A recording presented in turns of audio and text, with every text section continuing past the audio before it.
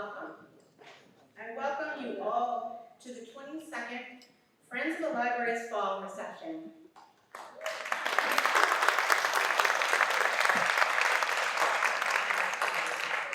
It is so wonderful to see you here in person, 3D, as we reconvene on campus to celebrate the UMass Amherst Libraries and the Department of Special Collections and University Archives, including the very important role played by the late Rob Cox, who, as its head, oversaw a period of incredible growth and transformation.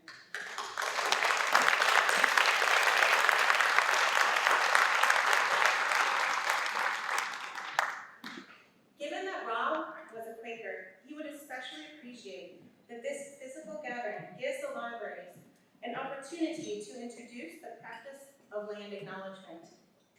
In a year-long consultative and collaborative process with advisors from local tribal nations, the UMass Native Advisory Council co-developed a campus land acknowledgement which affirms that the University of Massachusetts Amherst acknowledges that it was founded and built on the unceded homelands of the Kumble Nation and the land of the Nortuk community. Thus, we begin with gratitude for nearby waters and lands. We recognize these lands and waters as important relations with which we are all interconnected and depend on to sustain life and well-being. The Pocumtuck had connections with these lands for millennia. Over 400 years of colonization, when Pocumtuck peoples were displaced, many joined their Algonquin relatives to the east, south, west, and north. That includes Mashpee and Acknowledgement, Wampanoag, Nipmuc, Narragansett, Mohegan, Pequot, and Mohegan communities, and Abenaki and other nations of the Wabanaki Confederacy. These Native peoples still maintain connections and relationships of care for these lands today. We also acknowledge that the University of Massachusetts Amherst is a land-grant university. As a part of the Moral Land Grant Act, portions of land from 84 Native nations west of the Mississippi were sold to provide the resources to found and build this university. I ask that we take a moment of silence to contemplate the fact that this colonization upon which our institution is based impacted these additional 84 Native nations.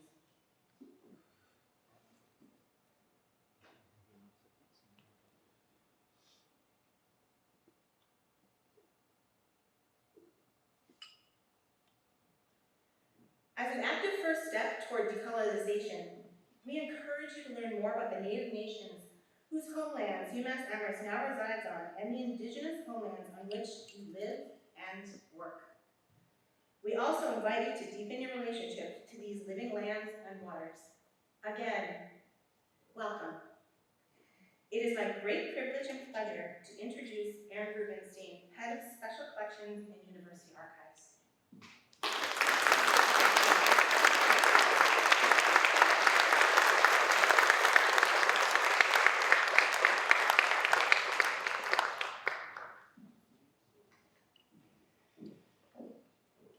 Thank you very much, Interim Dean Hutton, and welcome members of the UMass Libraries, University, and SCUA community.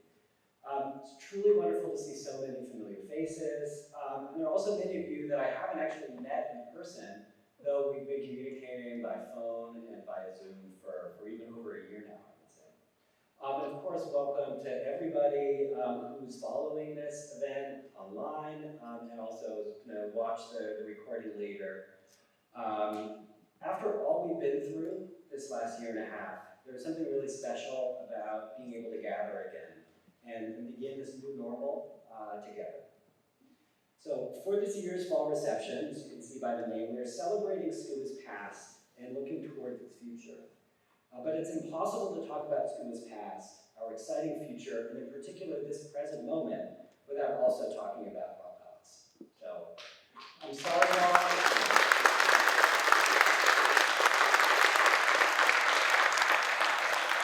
I have to apologize to Rob. I knew well that I was about 70-30 listening to whatever he asks me to do. So this is a recording of me not listening to him. When Rob passed away in May of 2020, I personally lost a mentor, and we all lost the center of gravity for so much of what made SCUA and UMass special. Stepping into the void that Rob left, a void we are all still reckoning with as we resume our normal activities at the university, has been particularly hard. In one of his last public speeches, Rob talked about all of the struggles in our contemporary society: climate change, racist violence, our politically influenced alienation from each other. And as horrible as all these things are, and really he had no idea what was to come, he reminded his audience that in these moments, especially if you look at the lessons of history, the opportunity is there to forge bonds and to find solidarities. He said, to paraphrase, "The great pressures of these moments in history can create diamonds." I guess that's what he meant when he kept telling me during his final weeks that I, and really all of us, should do our best to exploit his death for the good of the department. And that was the 70% of me listening. As Rob predicted, this challenge has not been a lonely one. Among the greatest gifts he gave me, and really all of us, is to bring us fully into his world, a world he filled with amazing people and ideas, and to connect us together with each other. And at the end of his life, Rob expressed to many his hope that as he stepped away, we would come together to fill that void, much like water pours in to fill any empty space. And while I'm sure Rob imagined himself dissolving at that point, it's unavoidable that what he left behind will always flow the way it does, thanks to his labor and who he was as a person. So of all of Rob's job titles over the years, his favorite was Keeper of Manuscripts, a position he held at the American Philosophical Society. He particularly liked the term keeper, in part because keeper is a funny and very literal way to talk about what archivists do, but also because the idea of a keeper as a tender of things, in a way like a beekeeper, resonated with him deeply, and for good reason. When Rob arrived at UMass in 2004, he found a strong foundation, in particular the papers of W.E.B. Du Bois and Horace Mann. As he told the story, he sat down with Daniel Kovacs, SCUA's curator of collections then and now, and they discussed how best to build on this foundation. They immediately hit on W.E.B. Du Bois, both as an obvious strength of the collection, but also as a guide and an example. Dr. Du Bois was brilliant at seeing the interconnections that underlie social change movements, and he dedicated himself to fighting for social justice on multiple fronts. So the idea was to build a special collection that focused on social change as it really functioned in the world, as a tangle of people, organizations, and movements, sometimes a messy tangle, right? All relying on each other, though, to make real progress. Rob also hit on the idea, inspired by Dr. Du Bois, and inspired by his long life and evolving philosophy, that we aren't just collecting historical events on a timeline in some kind of regimented way, right? But we are collecting the lives of people, and their whole lives are an essential part of the story. So these two philosophical approaches, acknowledging and documenting the overlap and intersection of social change movements, and this thing that we call whole lives, whole communities, are at the heart of SCUA's success.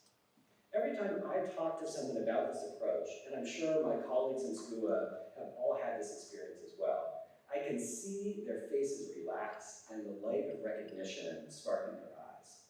I believe this is because we aren't trying to fit them into an existing structure or to chop them up into different pieces and then decide later we're only really interested in the fingers.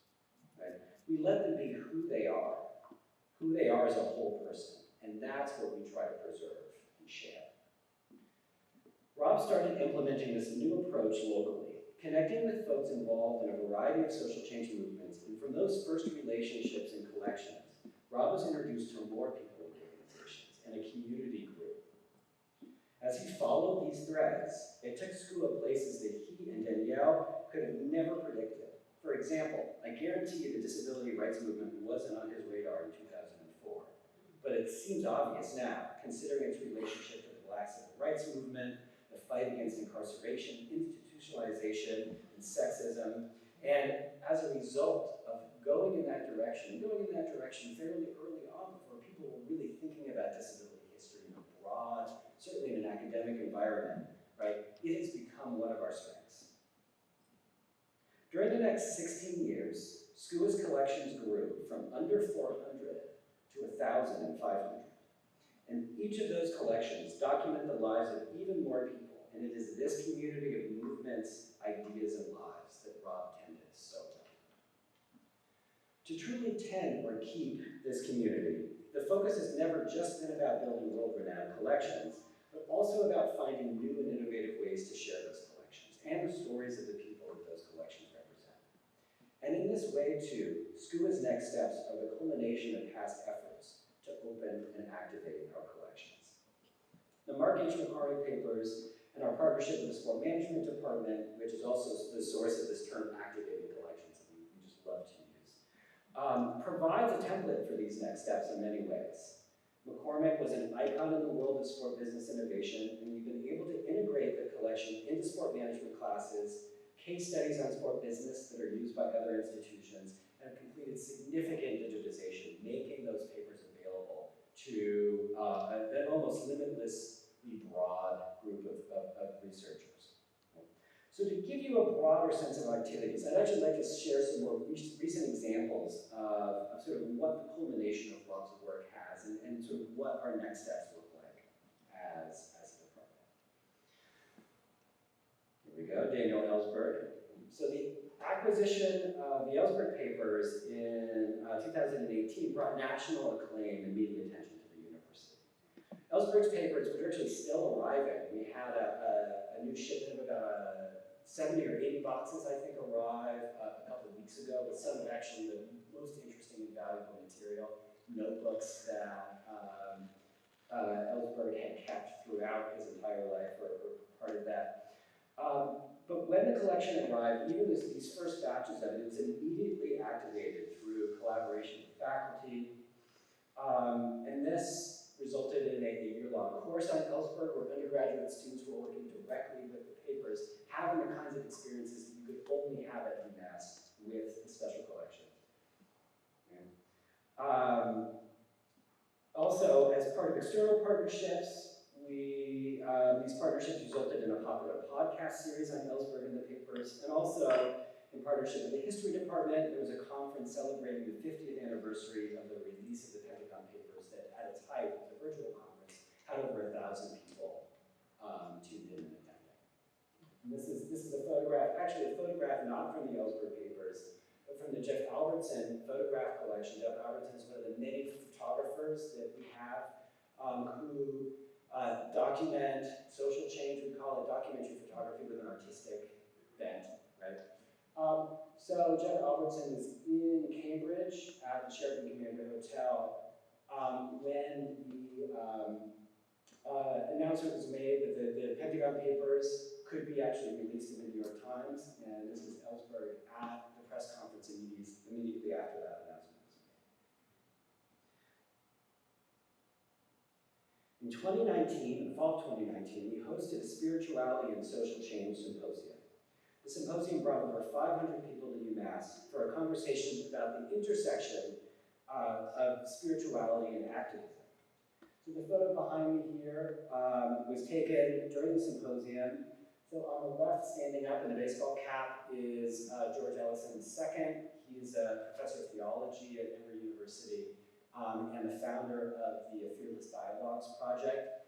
And embracing him on the right is Brother David Stendhal-Ross, a groundbreaking philosopher and thinker and Benedictine monk who innovated concepts of interfaith dialogue that had continued to resonate. And here they are embracing during the event. And Brother David's papers are in SCUA's collections. So we partnered with the organization and Network for Grateful Living to make this happen, and they used fundraising resources to endow a fellowship that supports a new scholar each year to research in SCUA's collections on the topic of spirituality and social change, which has impact on Brother David's papers, but also impact on many of our collections that sit at this intersection between social change and spirituality. I mentioned disability history before. We have become the place for disability rights collections, particularly the psychiatric survivors movement. We received a grant from the Council of Library and Information Resources for $250,000, which allowed us to digitize over 30,000 items from 19 different disability history-related collections, making our online collection one of the largest and most diverse resources for studying disability history in the world. Right before the pandemic, we opened a physical exhibit, which this is an advertisement for, sharing material from our collections, and we're keeping that exhibit up now that the university has reopened. And we've also begun working with faculty and instructors at UMass to integrate these resources into a fledgling but very popular suite of courses on disability history. And we've been working with institutions all over the country to find ways to get more disability history collections online, available, and truly accessible. And I love this photograph. It's taken by Dr. Irma McLaurin. That couch has three unbelievably powerful and important women sitting together at one time. All right, so on the right there on the couch is Dr. Janetta Cole. In the middle is Dr. Esther Terry, and on the left is Louise Tillis, the wife of Frederick Tillis, who on Monday there will be a ceremony officially naming the Fine Arts Center Concert Hall after him. Right, so these people are there.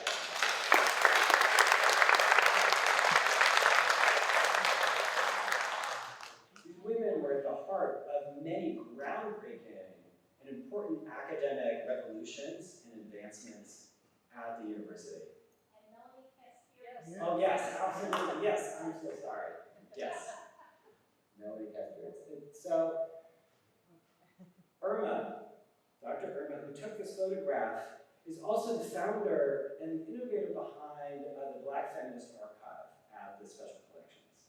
So the goal of this collection, of the suite of collections, is not only to document the experiences of Black women, which is, I don't need to say, sorely lacking in archives and special collections across the country and across the world, but also give them agency in their own histories.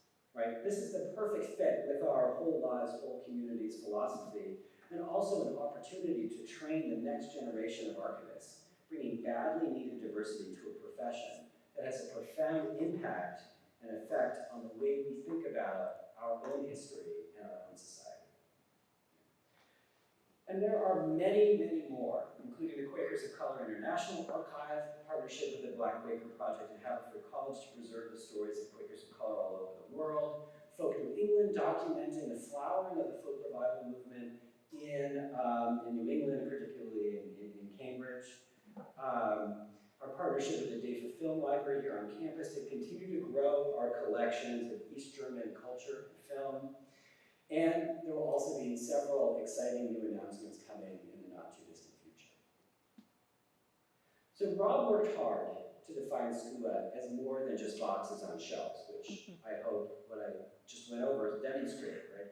He saw us, the Special Collections, as a research center, a place where people from all over the world could engage with the history of social change from a variety of different perspectives. Events, fellowships, interactive experiences, new innovations and discovery, all of it free and open. And as hard as Rob worked to build SCUA into what it is today, he worked equally hard to shun the spotlight. I know he would have felt uneasy with the idea of a gathering to celebrate him in any way. He would have always said it was everyone in SCUA who deserves credit, not just him. But I also know he would have been very happy to see everyone gathered together, celebrating and supporting SCUA. He loved the idea of all of us connected and continuing to build, and for this community he kept so well to thrive. Thank you very much.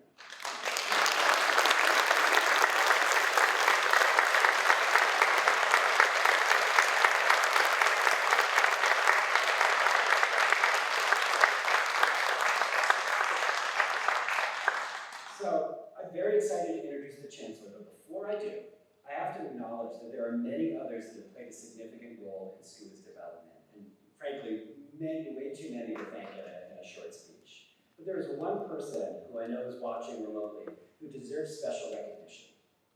Jay Schaefer, who who was the director of libraries during the majority of Rob's tenure as head of SCUA, was one of Rob's strongest supporters. For every successful visionary, there is a leader who understands that vision and gives the visionary the freedom and support to achieve their goals. I am confident in saying that without Jay's support, SCUA would never have been the success that we are. So thank you.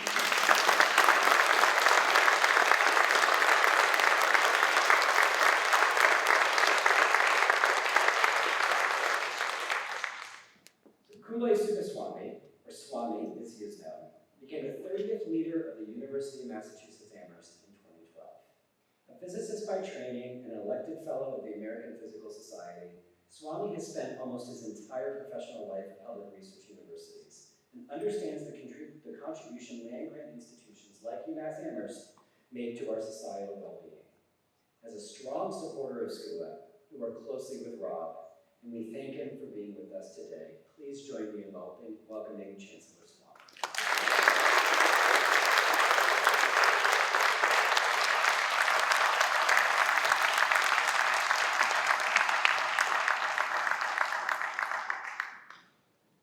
Thank you very much, Aaron, for that wonderful introduction. I know that most of us who are here today had the honor of knowing Rob, and I'd like to ask that each of you just take a moment to think about a conversation you had with him and the impact it had on you. And I'm going to think about one and I'm going to actually relate that. Just take a moment to think about the conversation you had with him.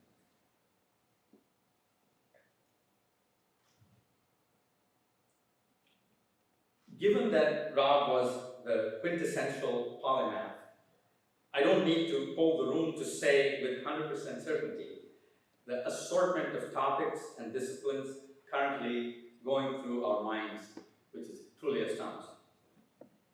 As you recall your conversation with Rob, you remember him listening so attentively and affirmatively.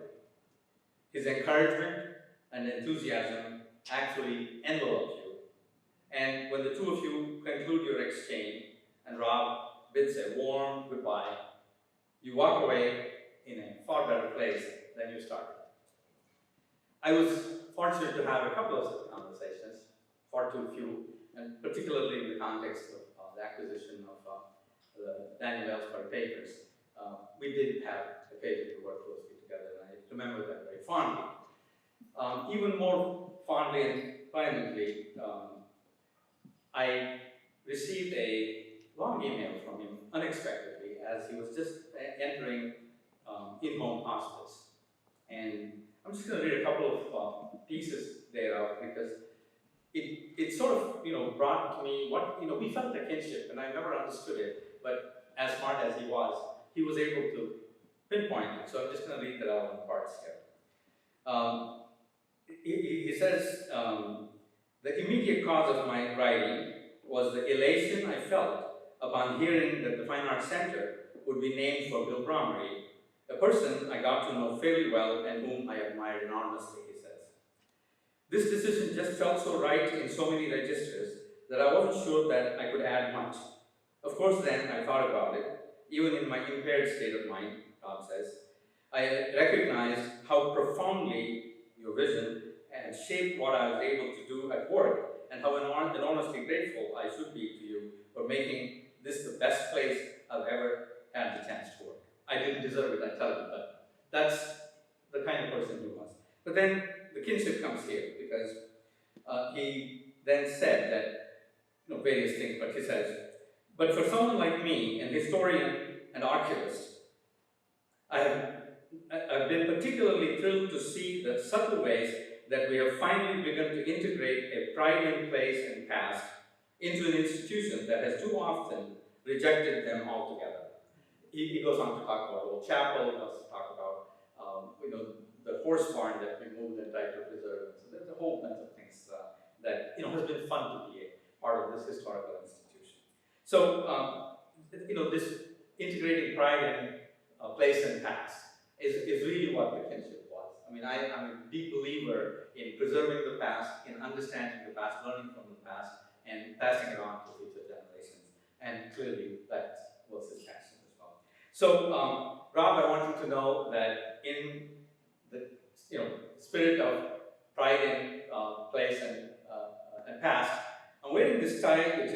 refuse to lose tie from, anybody know what vintage this is?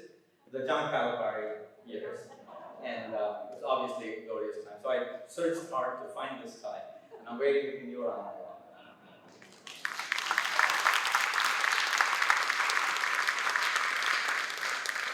So we all cared about Rob because he cared so much about so much and so deeply. For while he mastered many disciplines, his appetite for learning extended well beyond academic pursuit. For Rob, the value of intellectual exploration came from its potential to improve lives. His driving force was a visionary appreciation for the power of an individual's story to make the world more just and gentle.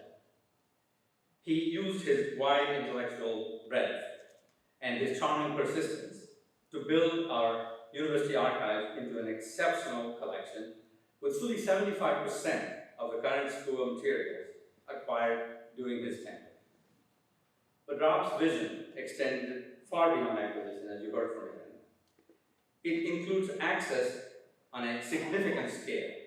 Rob understood that the word archival did not have to mean dusty, precious documents with limited circulation, but it's the activated archive concept. So rather, Rob chartered a new course of developing a unique hub for research, as you heard, one which has become an internationally known repository and resource for understanding global social change movements and the activists that drive them, for exploring innovation and entrepreneurship, and for better understanding the life and culture of New England. To acknowledge this growth and development, today we're announcing a new era for special collections and university archives. To ensure its mission is aligned with a continued focus on building innovative programming around its exceptional collections, SCUA will now be recognized as a UMass official research center. And as Aaron mentioned, we already have several examples that illustrate the strength and scope of this enterprise. The research center will increase visibility for the university and, of course, SCUA, and those stories and individual experiences that drove Rob's work. It will be a great resource for our students and our scholars.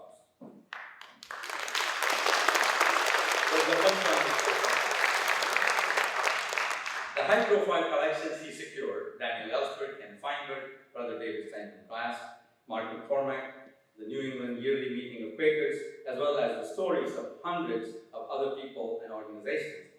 All of it positions the Research Center for future success as we continue building upon Rob's groundbreaking vision and approach. We arrive at this next phase in our development because of Rob's vision and the countless hours he put into realizing it.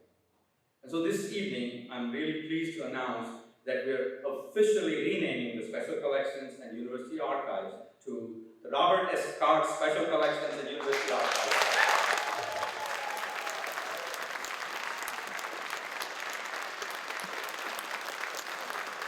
We do have a photograph.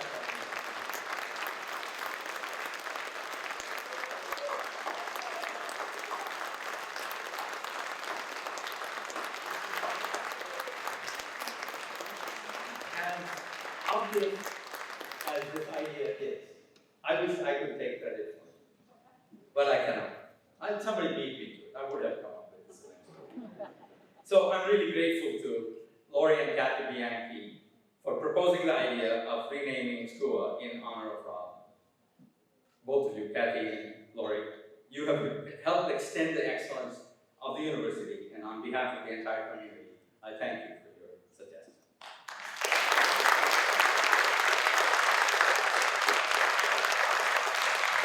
While the Robert S Cox Special Collections and University Archives Research Center will be supported through the existing resources of the university and the libraries, I would also like to announce the creation of the Robert S Cox Fund for Special Collections. The fund, created by Daniel Kovacs, Curator of Collections and Rob's widow, is designed to channel additional resources into projects and collections that advance both the mission of the Research Center and Rob's legacy. The university's goal is to create a $1 million endowment, ensuring we can continue to innovate and champion the histories of those activists and groundbreakers whose stories have been overlooked and marginalized. Rob Cox came from Central California and over the years made his way around the country, having lived in at least 6 states by the time he was 25. I like to think that he was meant to finally land here in Amherst, Massachusetts, our university. Here, where he found fertile ground to bring together his formidable intellect and his passion for social justice. Here, where he successfully realized his extraordinary vision and gave us some wonderful conversations to go along with the way. Thank you. And again, we're so fortunate to have had Rob amongst us for so long. Thank you.